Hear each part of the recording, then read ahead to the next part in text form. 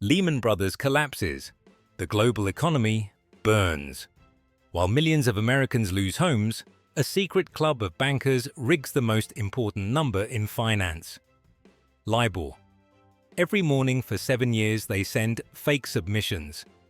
Make it low today, mate. Need to look healthy. Push it high. Big derivatives profit.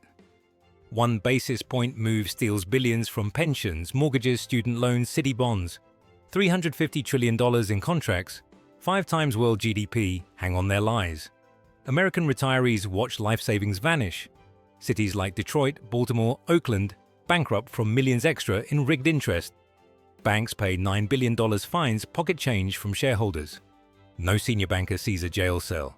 If you want more stories like this, consider subscribing. It truly helps the next chapter. This is not conspiracy. This is leaked emails, Bloomberg chats, DOJ indictments, FCA recordings. Barclays, UBS, Deutsche Bank, RBS, Citigroup, JP Morgan, the biggest names. They called themselves the cartel. They toasted champagne while deciding how much extra you paid on your house, car, college, water bill. All manipulated for bonuses. The same banks that begged taxpayer bailouts stole from the same taxpayers. The same regulators who saw the emails got million-dollar jobs at the same banks. The same justice system that cages poor people for life over $50 of weed let billion-dollar thieves walk free. This is the largest documented financial crime in history, and they got away clean. LIBOR, London Interbank Offered Rate, is the daily benchmark that sets interest on $350 trillion of contracts worldwide. 16 major banks submit what they claim they would pay to borrow from each other. The trimmed average becomes the official rate. A single basis point shift affects billions. From 2005 traders at Barclays discover they can fix it by lying. Can you submit low today? Boss wants us to look strong. The lie spreads. By 2007, UBS, Deutsche Bank, RBS, Citigroup, JP Morgan form secret chat groups. The cartel, Bandits Club. They coordinate every morning. Low 3-month please, saves my book. High 6-month, got huge swaps. They lower LIBOR to hide weakness or raise it for derivatives profit. Every manipulation steals from American pensions, adjustable mortgages, student loans, municipal bonds. Cities pay millions extra. Retirees lose billions. Banks earn billions in bonuses. Regulators see suspicious patterns, but ignore them. The FSA receives complaints and buries them. The Fed is warned in 2008 and does nothing. Brokers get kickbacks to pressure other banks. 1 emails. $50K bonus if you move your rate. The rate moves. The cartel grows bolder.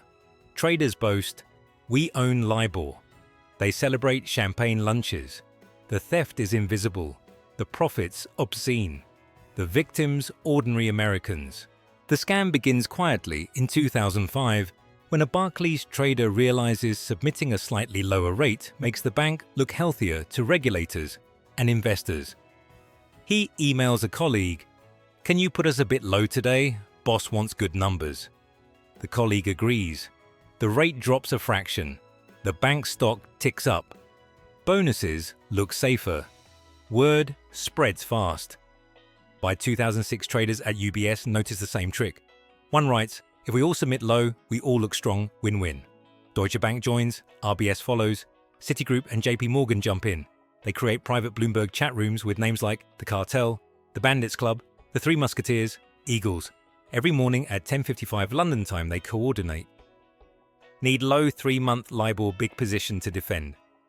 No problem, mate. I'll submit 0.02 lower. High 6-month, please. Got massive swaps that pay if rate rises. Done. Owe you a pint.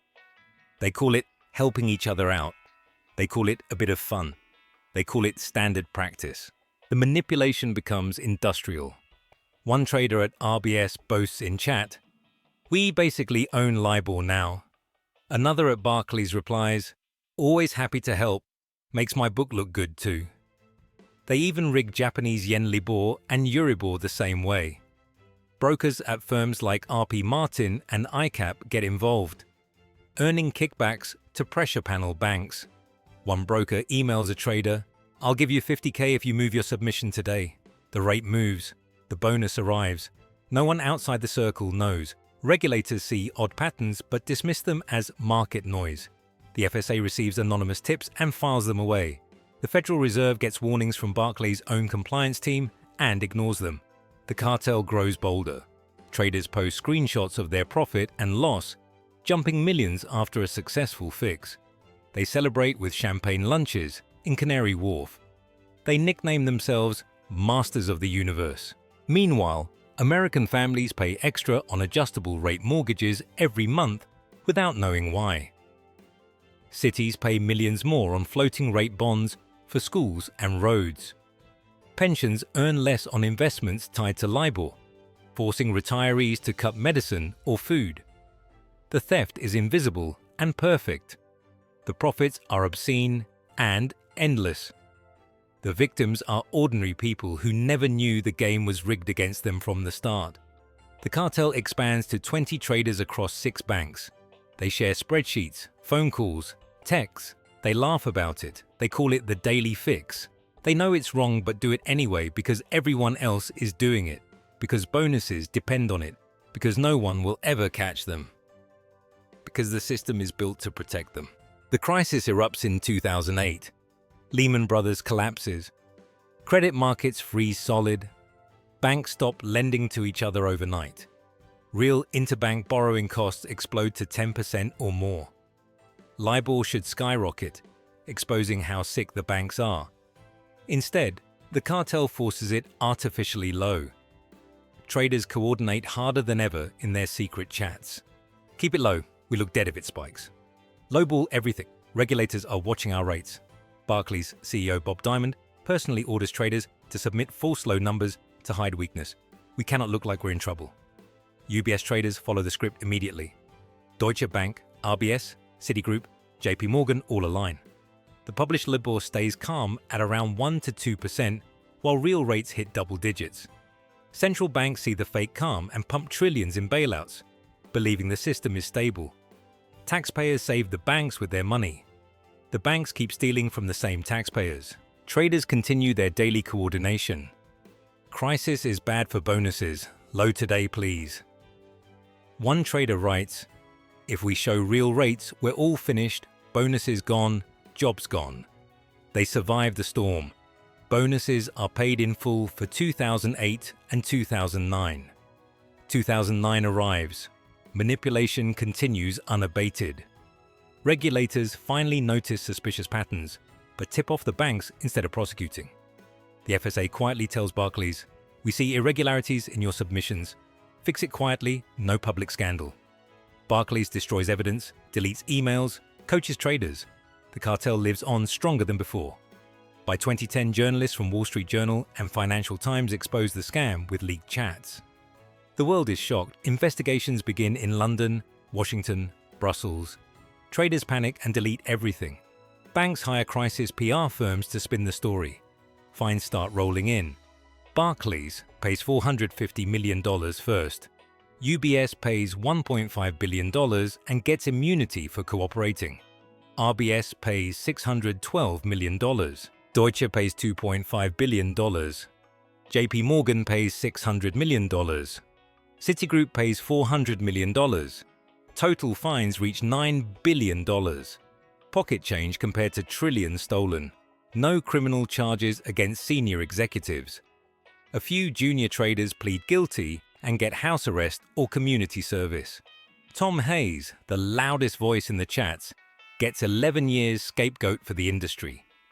The CEOs walk free with golden parachutes. The regulators who ignored warnings for years get promoted or lucrative private sector jobs. The circle closes perfectly. The system protects itself completely.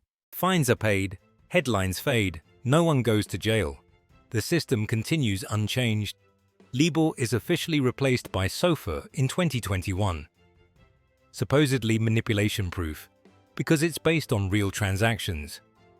Yet the same banks dominate SOFR submissions. The same traders simply move to new desks and new benchmarks. The same bonus culture thrives untouched. American cities still pay billions extra in interest from the rigged years. Detroit's bankruptcy in 2013, LIBOR manipulation added hundreds of millions to its crushing debt. Baltimore, Philadelphia, Oakland, Chicago, Los Angeles. Every major city paid millions more for schools, roads, water systems because of the cartel's lies. Pensions across America lost trillions in value from the rigged rates. Retirees who worked 40 years live on cat food because their fixed income funds earned less every single day. The banks buy back their own stock with the stolen money. Share prices soar. Executives get richer. Regulators declare victory. The Financial Conduct Authority says, lessons learned. The SEC says, robust new oversight. The justice system says, case closed. Tom Hayes sits in prison, while the CEOs who ordered the rigging play golf in Florida. The FSA head who tipped off Barclays gets a knighthood and a board seat. The Fed official who ignored warnings for years joins JP Morgan's board for millions. Revolving door spins faster than ever. The cartel members scatter to hedge funds, fintech startups, even crypto exchanges. They teach the next generation how to game benchmarks. SOFR starts showing the same suspicious patterns within months. No investigation. The theft evolves. The victims remain. American families who lost homes in 2008 still pay higher interest on new loans because the system never fixed itself. Cities cut teachers and police to pay rigged debt. Pensions cut benefits. The banks pay dividends. The circle is unbreakable. The moral collapse is complete. The aftermath that never was. LIBOR submissions in 2005 become SOFR submissions in 2025. Fake emails in Bloomberg chats become fake data in new benchmarks. The cartel that rigged $350 trillion never died. It evolved. The same banks that stole from American pensions in 2008 steal from them in 2025 through new instruments. The same traders who toasted champagne over low LIBOR toast over crypto derivatives. Today, the same regulators who looked away get the same million-dollar jobs. The same justice system that jailed no one, jails no one. Again, the same victims pay the same price. The same system protects the same criminals. The trader who submitted low LIBOR to hide weakness in 2008 submits low SOFR to hide weakness in 2025. The broker who took kickbacks for moving rates in 2010 takes kickbacks for moving repo rates today. The CEO who ordered the rigging walks free with billions. The retiree who lost everything eats cat food. The city that went bankrupt cuts teachers. The bank that paid the fine buys back stock. The circle repeats perfectly. American families paid extra on mortgages because of LIBOR lies. American families pay extra on loans because of SOFR lies. Pensions lost trillions then. Pensions lose trillions now. Cities paid millions extra then. Cities pay millions extra now. The theft changes name but never stops.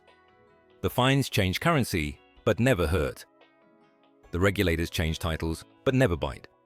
The criminals change desks but never change. The moral history of money is simple. Power corrupts. Absolute power corrupts absolutely. Financial power without accountability corrupts eternally. The LIBOR cartel proved that holiness and greed can share the same trading floor. Mercy can be sold to the merciless. Justice can be bought by the guilty. The poorest in spirit can be the richest in stolen gold. Money built empires, but it also built illusions. And every time we forget that, history resets the debt. We began with a trader's casual email in 2005. Make it low today, mate. We end with the same trader in 2025, submitting the same lie under a new name. 20 years, trillions stolen, millions ruined, zero accountability. The LIBOR cartel is not a scandal. It is the perfect blueprint of modern finance. Banks discovered they could steal in broad daylight, pay a fine with the victim's money, and keep the profit. They discovered regulators would look away for the right job offer. They discovered justice is for sale to the highest bidder. They discovered the system is not broken. It is designed exactly this way. The moral history of money is brutally simple. When the people who control money are never punished, theft becomes policy. When fines are paid with stolen money, crime becomes profitable. When regulators become future employees, oversight becomes theater. When scapegoats go to jail while architects get bonuses, justice becomes a joke. LIBOR proved that holiness and greed share the same trading floor, that mercy is sold to the merciless, that the poorest in spirit can be the richest in gold. American families paid extra every month for 20 years because of a few emails. Cities cut schools and police because of a few Bloomberg chats. Pensions lost trillions because of a few champagne toasts. Retirees ate cat food because of a few mates. And the cartel laughed all the way to the bank. The same bank they robbed. The debt never resets. It only grows. It is paid by the people who can least afford it. It is collected by the people who need it least. And every time we forget, every time we believe the next benchmark will be clean, the next regulator honest, the next fine meaningful, history resets the debt. Money built empires, but it also built illusions. And every time we forget that, history resets the debt.